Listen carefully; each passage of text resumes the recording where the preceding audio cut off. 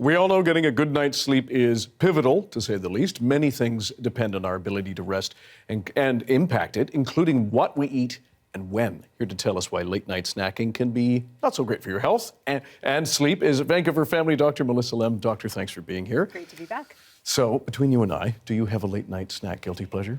Sometimes I do stay up late, even though I try to practice what I preach and get good sleep. But when I stay up late, I usually start with something that's well-intentioned, like a cup of herbal tea, but then it devolves into whatever I can find. I become an opportunistic feeder, like handfuls of cereal, chocolate chips, peanut butter, whatever's easy and accessible is what I tend to eat. Yeah, and I will fully admit that given working late nights, you come home, a little cracker and cheese on occasion, and maybe some candy as well. So how does poor nutrition while we're awake impact us when we're just about to go to bed as well?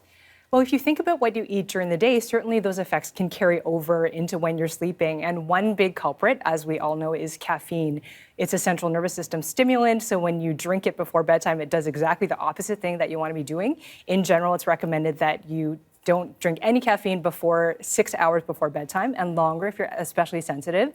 And then alcohol is another one that's less intuitive because sometimes it can help you fall asleep, but unfortunately its central nervous system depressant effect wears off in the middle of the night, meaning the second half of the night gets a lot more fitful. And then last but not least, fatty foods and spicy foods. This can both sit in your stomach, causing indigestion overnight, and also increase heartburn, which we know is a recipe for bad sleep. But they're so good.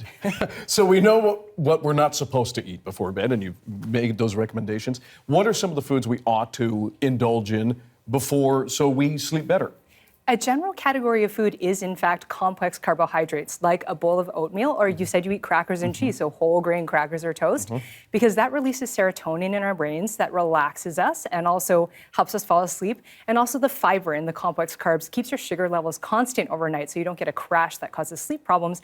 But the best evidence is actually for a general overall healthy diet, like the Mediterranean diet, rich in vegetables, whole grains, nuts and seeds, and lean protein, because that overall promotes more restorative sleep and less insomnia. So, and when we talk about, we often think of our health in 3 or 4 ways, diet, sleep, and exercise. How are all of those interconnected? These can all become a vicious cycle or a positive cycle. So for example, if you eat unhealthily, this causes worse sleep, which can change the way your brain processes and in fact make you want to crave more junk food and more food in general.